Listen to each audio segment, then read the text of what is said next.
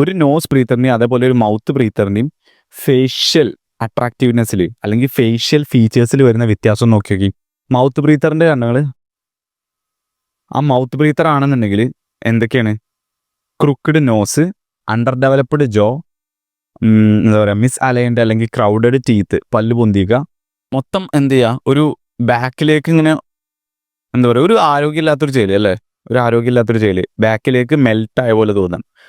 പക്ഷെ അതേസമയം നോസ് ബ്രീത്തറിനെ ഒന്ന് ചെക്ക് ചെയ്ത് നോക്കി, പക്കല്ലേ മോഡലിസ്റ്റിക് ഫീച്ചേഴ്സ്, അതായത് ഫുൾ സെറ്റ്, എന്താ പറയുക, 90 ഡിഗ്രിയിലൊക്കെയുള്ള നല്ല അടിപൊളി ഫോർവേഡ് ഗ്രോത്തിലുള്ള ജോ, നല്ല നോസ്, സെറ്റ് പല്ല്, എന്താ കറക്റ്റായിട്ടുള്ള അലൈനായിട്ടുള്ള പല്ലുകൾ അല്ലേ, ആ ഒരു മുഖത്തിൻ്റെ ഷേപ്പിനെ കണ്ടാൽ തന്നെ ഒരു ആരോഗ്യമുള്ള പോലെ തോന്നും.